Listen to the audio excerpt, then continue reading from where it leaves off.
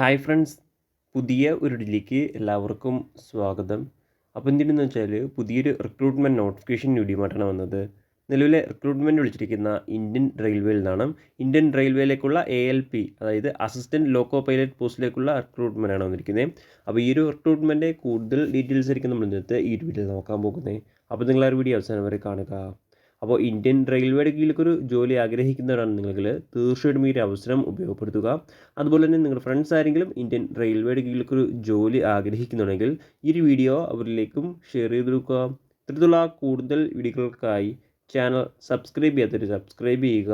Subscription button ബെല്ലൈക്കണിൽ all enable ചെയ്താൽ മാത്രമായിരിക്കും ഇത്തരത്തിലുള്ള കൂടുതൽ വീഡിയോസ് നിങ്ങളുടെ ഫോണിൽ നോട്ടിഫിക്കേഷനായി ലഭിക്കുകയുള്ളൂ.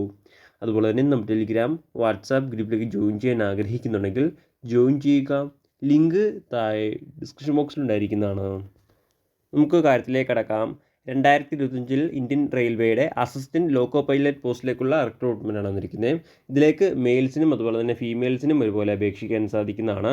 ആദ്യം അപേക്ഷിക്കുന്ന ഡേറ്റുകൾ നോക്കുകയാണെങ്കിൽ 12/4/2025 മുതൽ 11/5/2025 അപേക്ഷിക്കാൻ സാധിക്കുന്നതാണ്. അപേക്ഷിക്കാൻ ആഗ്രഹിക്കുന്നവർ ലാസ്റ്റ് ഇമ്പാർട്ടൻ്റ് അപേക്ഷിക്കുക. ഇനി നമുക്ക് റിക്രൂട്ട്മെൻറ്റ് മറ്റ് ഡീറ്റെയിൽസ് നോക്കാം. ആദ്യം സാലറി നോക്കുകയാണെങ്കിൽ സ്റ്റാർട്ടിങ് 19,900 രൂപ മുതലാണ് സ്റ്റാർട്ടിങ് സാലറി.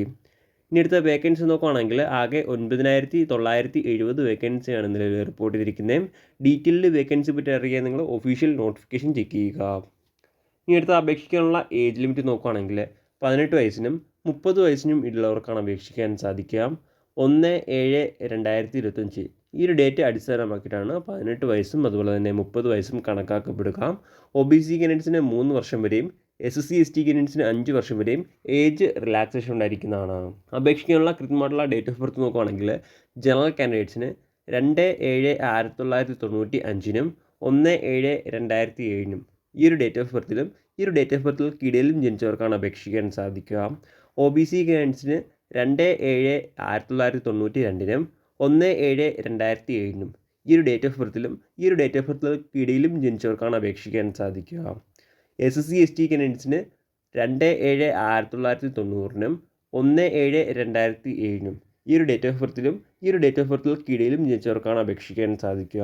ഇനി അടുത്ത് അപേക്ഷിക്കാനുള്ള എഡ്യൂക്കേഷൻ ക്വാളിഫിക്കേഷൻ നോക്കുകയാണെങ്കിൽ 10ാം ക്ലാസ് പാസ്സായിട്ടുള്ളവർക്ക് അപേക്ഷിക്കാൻ സാധിക്കുന്നതാണ്. കൂടാതെ IT സർട്ടിഫിക്കറ്റ് ഉണ്ടായിരിക്കേണ്ടതാണ്. NCVT അല്ലെങ്കിൽ SCVTയുടെ സർട്ടിഫിക്കറ്റ് ഉണ്ടായിരിക്കേണ്ടതാണ്. എന്നാൽ മാത്രമായിരിക്കും അപേക്ഷിക്കാൻ സാധിക്കുകയുള്ളൂ. അതിന് കൃത്യമായിട്ടുള്ള ട്രേഡുകളും കാര്യങ്ങളൊക്കെ പറയുന്നുണ്ട്. Fitter, electrician, instrument mechanic, millwright അല്ലെങ്കിൽ maintenance mechanic, mechanic radio and TV, electronics mechanic, mechanic motor vehicle, wireman, tractor mechanic, armature and coil winder, mechanic diesel, heat engine, turner, machinist, refrigerator and AC conditioning mechanic തുടങ്ങിയ ഏതെങ്കിലും സബ്ജക്റ്റിൽ NCVT അല്ലെങ്കിൽ SCVTയുടെ അംഗീകാരമുള്ള IT certificate ഉണ്ടെങ്കിൽ മാത്രമായിരിക്കും നിങ്ങൾക്ക് ഈ ഒരു പോസ്റ്റിലേക്ക് അപേക്ഷിക്കാൻ സാധിക്കുകയുള്ളൂ. അതുപോലെ തന്നെ 3 വർഷത്തെ ഡിപ്ലോമ ഇൻ മെക്കാനിക്കൽ അല്ലെങ്കിൽ ഇലക്ട്രിക്കൽ അല്ലെങ്കിൽ ഇലക്ട്രോണിക്സ് അല്ലെങ്കിൽ ഓട്ടോമൊബൈൽ എഞ്ചിനീയറിംഗ് ഉണ്ടെങ്കിലും അപേക്ഷിക്കാൻ സാധിക്കുന്നതാണ്. ഇനി അടുത്ത ഈ ഒരു റിക്രൂട്ട്മെൻറ്റിലേക്ക് അപേക്ഷിക്കേണ്ട രീതി ഇങ്ങനെ നോക്കുകയാണെങ്കിൽ ഓൺലൈൻ വഴിയാണ് അപേക്ഷിക്കേണ്ടത്. ഓൺലൈൻ വഴി വിവിധ RRBയുടെ വെബ്സൈറ്റ് വഴി അപേക്ഷിക്കാൻ സാധിക്കുന്നതാണ്.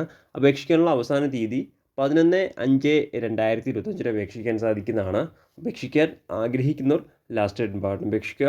അതുപോലെ തന്നെ അപേക്ഷിക്കുമ്പോൾ ആപ്ലിക്കേഷൻ ഫീസും ഉണ്ടായിരിക്കുന്നതാണ്. ഏകദേശം 500 രൂപയാണ് ജനറൽ കാൻഡിഡേറ്റ്സും അതുപോലെ തന്നെ OBC കാൻഡിഡേറ്റ്സിനും ഫീസായിട്ട് വരുന്നത്. എക്സാമിനേഷൻ അറ്റൻഡ് ചെയ്യുമ്പോൾ 400 രൂപ റീഫണ്ടായിട്ട് ലഭിക്കുന്നതാണ്. SC ST കാൻഡിഡേറ്റ്സ് അതുപോലെ തന്നെ ഫീമെയിൽ കാൻഡിഡേറ്റ്സിന് 250 രൂപയാണ് ആപ്ലിക്കേഷൻ ഫീസ്. എക്സാമിനേഷൻ അറ്റൻഡ് ചെയ്യുമ്പോൾ 250 രൂപയും റീഫണ്ടായിട്ട് ലഭിക്കുന്നതാണ്. പ്രധാനമായിട്ടും ഇത്രയും കാര്യങ്ങളാണ് ഈ ഒരു റിക്രൂട്ട്മെൻറ്റുമായി ബന്ധപ്പെട്ട് നിങ്ങളോട് ഷെയർ ചെയ്യാനുള്ളത്. എന്തെങ്കിലും സംശയങ്ങളോ കാര്യങ്ങളോ ഉണ്ടെങ്കിൽ ഒഫീഷ്യൽ നോട്ടിഫിക്കേഷൻ അല്ലെങ്കിൽ ഈ ഒരു ആർട്ടിക്കിൾ ചെക്ക് ചെയ്യുക. ഈ ഒരു ആർട്ടിക്കിളിലെ ലിങ്ക് ഞാൻ ഡിസ്ക്രിപ്ഷൻ ബോക്സിൽ ആഡ് ചെയ്തിരിക്കുന്നതാണ്. അപ്പോൾ നമുക്ക് മറ്റൊരു വീഡിയോയിൽ കാണാം. അതുവരെ ബൈ.